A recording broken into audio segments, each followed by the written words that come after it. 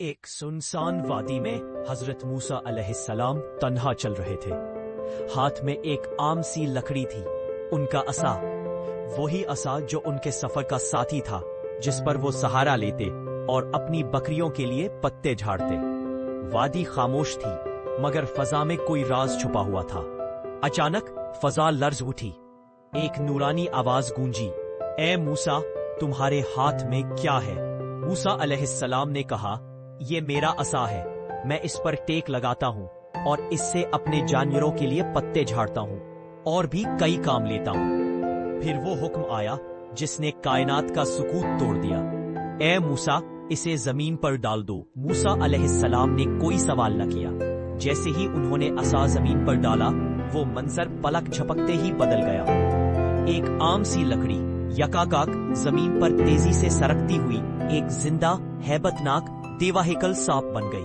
اس کے پھنکارنے کی آواز صحرا کے سکوت کو چیرتی چلی گئی۔ موسیٰ علیہ السلام کے قدم لڑکھڑا گئے اور وہ پیچھے ہٹ گئے۔ خوف نے دل کو جکڑ لیا، لیکن پھر وہی آواز دوبارہ گونجی، ڈرو مت اے موسیٰ، یہ ایک معجزہ ہے میری طرف سے۔ یہ کوئی معمولی آزمائش نہ تھی، سامنے ایک سانپ، پیچھے رب کا حکم۔ مگر موسیٰ علیہ السلام نبی تھے، دل میں یقین تھا، اعتماد تھا اس رب پر جس نے انہیں چنا تھا۔ انہوں نے ہاتھ بڑھایا، جیسے ہی اس سانپ کو چھوا، وہی لکڑی پھر سے ان کے ہاتھ میں آ گئی۔ وہی پرانا عصا جسے کچھ ہوا ہی نہ ہو، مگر ہوا بہت کچھ تھا۔ یہ وہ لمحہ تھا جب اللہ تعالیٰ نے اپنے نبی کو پہلا معجزہ عطا فرمایا۔